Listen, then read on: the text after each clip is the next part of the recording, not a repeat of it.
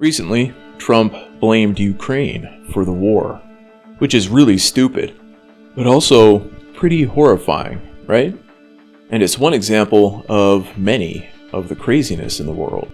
How can we just let the insanity be? How can we not be personally and emotionally invested in such a flawed world?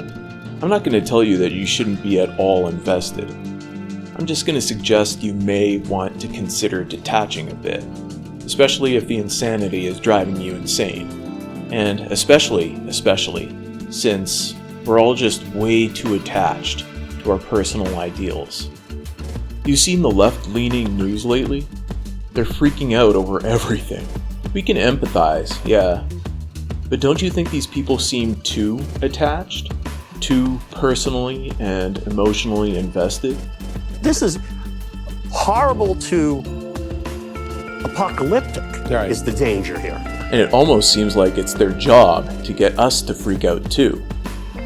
And then there's the right-leaning news. These people are detached from reality, but they're also too attached to and invested in the outcomes they want.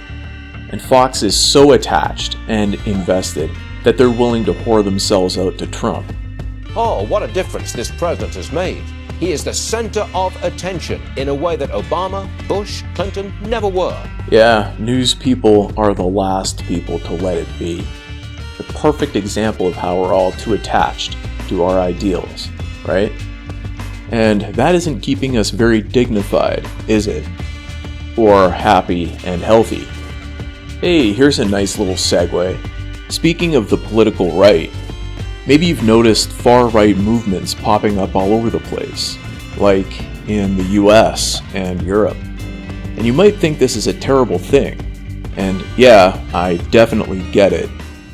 This is Elon Musk, the world's richest man. And this is Alice Weidel, the co-head of Germany's hard-right party, the Alternative for Germany, or AfD. On January the 9th, they chatted on an X live stream for over an hour. I think only AfD can save Germany. And I just want to be very clear about that.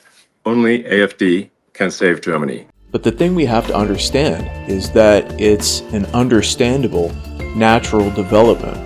One brought on by many people rejecting globalization and open borders. And the consequences of these things, like the global transfer of wealth and job loss. And once we understand these people and that this development is happening naturally, we can understand that the outcome we've been wanting isn't necessarily the natural one. And because of that, our level of investment in and attachment to it may be unhealthy. I'm not saying you should let go of the ideal you've been wanting. I'm just saying we should consider letting this world in flux be not so ideal to us. Because ideal doesn't necessarily mean natural or realistic. So, what does healthy attachment to the world look like exactly? I'd say it looks something like this. Not disconnected, but a bit distant, you know? Distant because you could be happier and healthier, and because we get that our ideals may not be appropriate for a world still in development.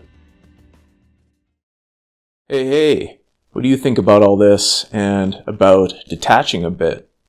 And this is a newer channel all about unconventional takes on controversial topics.